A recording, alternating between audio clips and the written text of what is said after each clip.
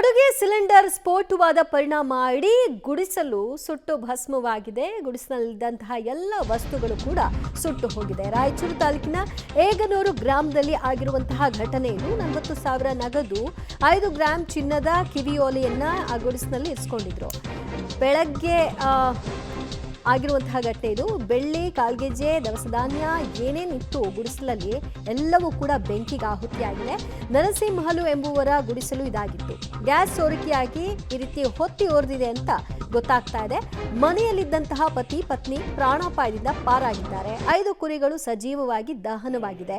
ಸದ್ಯ ಅವರು ಏನಾಗಿದೆ ಅಂತ ಗಾಬರಿಗೊಂಡು ಮನೆಯಿಂದ ಹೊರಗೆ ಬಂದಿದ್ದಾರೆ. ಅಷ್ಟೊತ್ತಿಗಾಗಲೇ ಎಲ್ಲವೂ ಕೂಡ ಸುಟ್ಟು ಕರಕಲಾಗಿತ್ತು.